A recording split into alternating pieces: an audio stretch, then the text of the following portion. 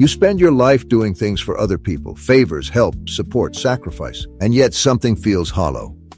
Ask yourself honestly, who were you actually serving? Welcome to the Stoic Compass. I am Epictetus, and today I am joined by Carl Jung and LAOZI. Today we are examining, what does it mean to be of genuine service to others?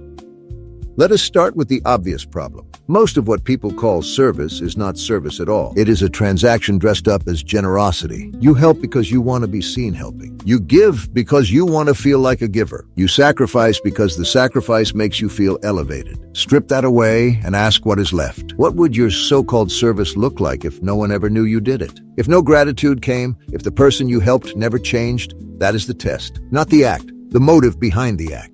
Until you can answer that honestly, you do not yet know whether you have ever truly served anyone.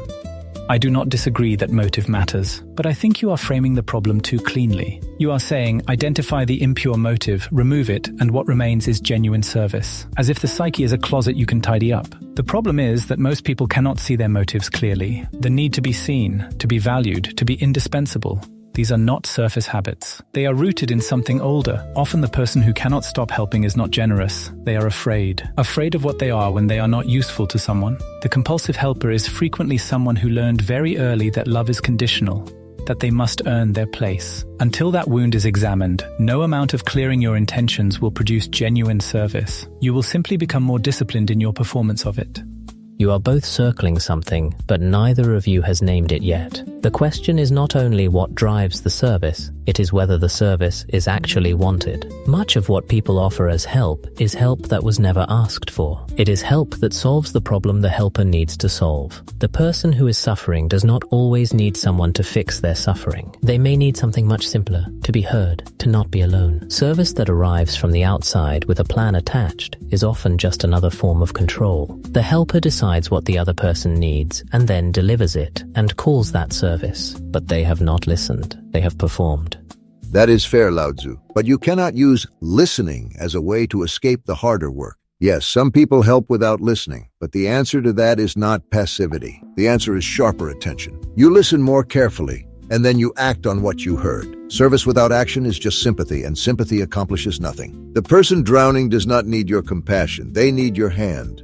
And what if the person drowning is not drowning because of external circumstances? What if they are drowning because of something they carry inside themselves?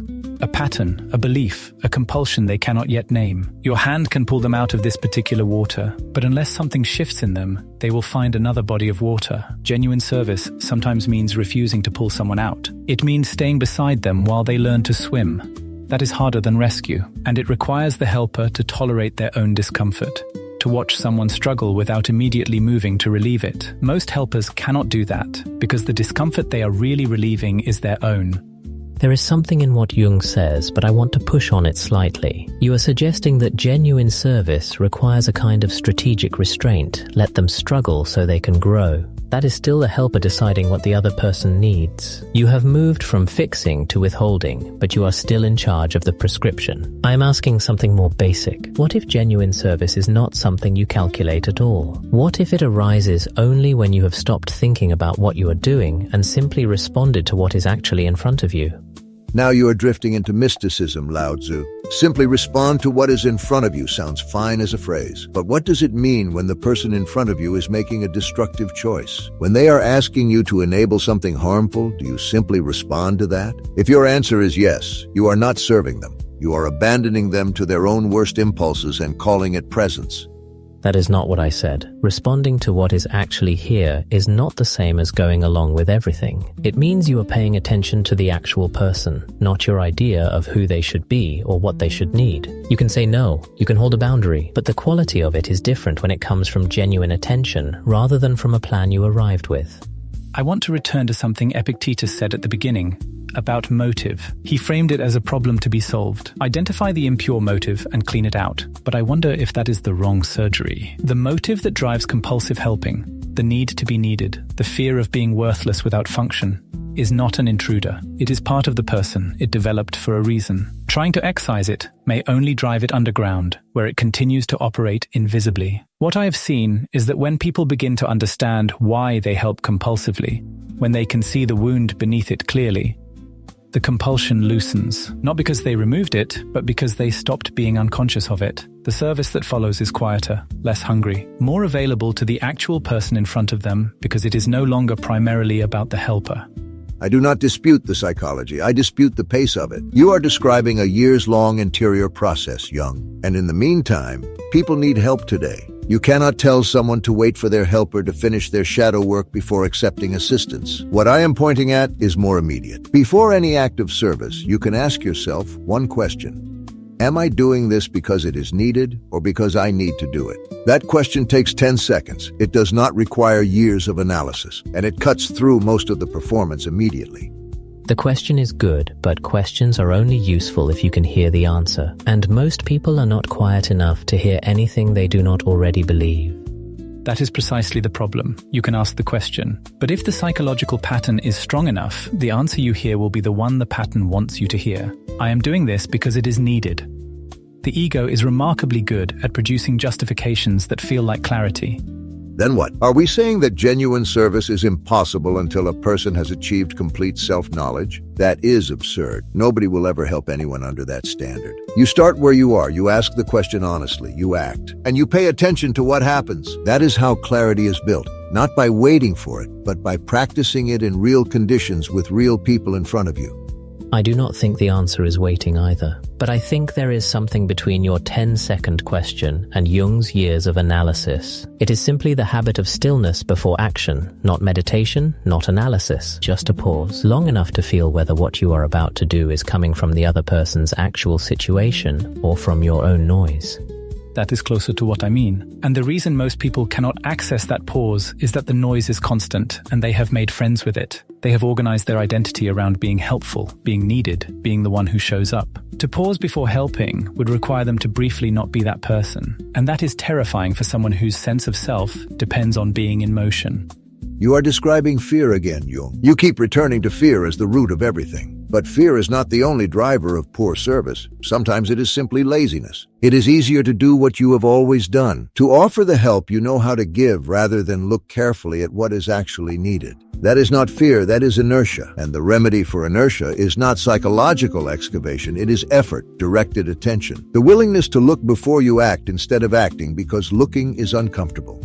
The water does not choose which direction to carve the canyon. It goes where it can go. People who are genuinely of service are often like that. They are not deciding to serve so much as they have become the kind of person from whom service flows naturally. You do not build that through effort alone. You build it by removing the obstructions. The obstructions you remove and the effort you apply are the same thing, LAOZI. You are describing the same process from a different angle. Perhaps, or perhaps the angle changes what you actually do.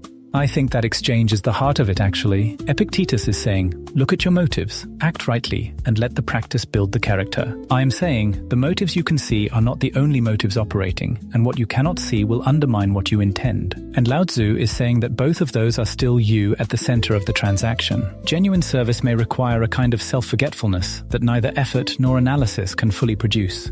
Self-forgetfulness achieved by doing nothing is called sleep, Jung. I want something more useful than that.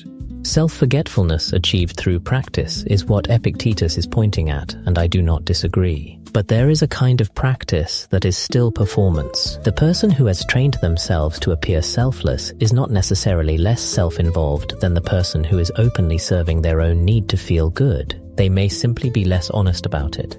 Which is exactly why the test is behavior under conditions where no one is watching and no reward is coming. Not what you feel, not what you believe about yourself, what you do.